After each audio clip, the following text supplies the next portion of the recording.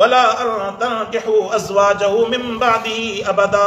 ऐं जहालत जे ज़माने में हिकिड़ी इहा रस्म बि हूंदी त छा कंदा माण्हू जाहिलियत जे करे हिक ॿिए जूं घर वारियूं हिक ॿिए सां शेयर कंदा। जे अॼोके वक़्त में जीअं माण्हू जेके आहिनि करे न ताम ते वञनि वलीमे ते त पोइ जेकॾहिं घणो पढ़ियलु लिखियलु हूंदो, टर हूंदो न, मिस्टर या डॉक्टर या घणो पढ़ियलु पाण जो बुरको घणो आयल हूंदुसि, त पोइ छा कंदो, हिन वारी रन सां हुनजो दोस्त कचहरी कंदो, हे वरी पाण वारे दोस्त वारे हुन सां कचहरी कंदो। सम्झो था, इन में माना सम्झंदा त असांजो रिश्तो पाण मज़बूत थो थिए। ख़बर न आहे त हो जेको हुन जी रन ते झरे थो या हुन जी रन ते झरे थो। इहा बेशर्मी सीधी सी बेहयाई आहे, हिक ॿिए जी रननि लाइ वेठा कचहरी कनि। इहो हुन जहालत वारे ज़माने में, हुन जहालत वारे ज़माने में छा कंदा, हिक ॿिए सां जेके औरतूं शेयर कंदा, अवा मूं वारी रन तो वटि, हुन वारी रन हिनो। सो अल्लाह तबारक व तआला उन कानून खे ट्रोन फरमायो ऐं मना करणु फरमाई इन ॻाल्हि खां।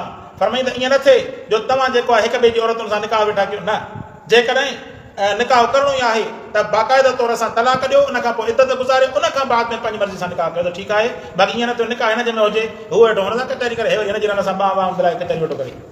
अॼुकल्ह अॻे अंग्रेज़ जे मुआशरे जे अंदरि इहो सम्झो वेंदो, मुस्लमान जे मुआशरे जे अंदरि इनखे वरी फराख़ दिली रोशन ख़्याली थो सम्झो वञे।